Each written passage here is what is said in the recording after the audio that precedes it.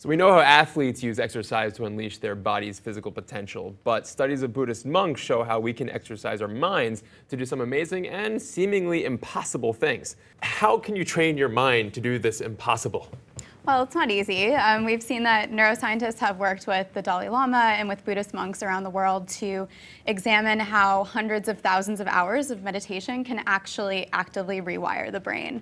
And we've seen that it can increase empathy, it can increase people's capacity for happiness in a way that we didn't think possible, and it can even break down the psychological wall between self and other so that they experience a real sense of oneness when they're meditating. So ultimately reaching nirvana, that's what it's saying. Basically. Wow, that's pretty cool. Yeah. So some of the parts to this, I'm looking at the story here that you put together, and you can change the brain's structure and functioning. So how does that work?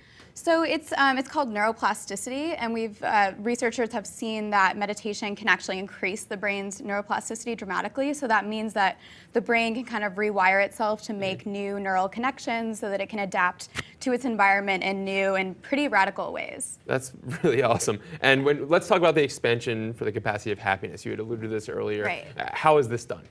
So there's one French monk who works with the Dalai Lama, and they did studies on his brain and found that he is the most joyful person in the world. And he has spent hours and hours meditating and has actually been able to decrease his brain's propensity towards negativity and increase its propensity towards positivity. And a big part of that was meditating on compassion, which showed this massive activity in gamma waves in his brain. Wow. So is meditation the only way to get to these points?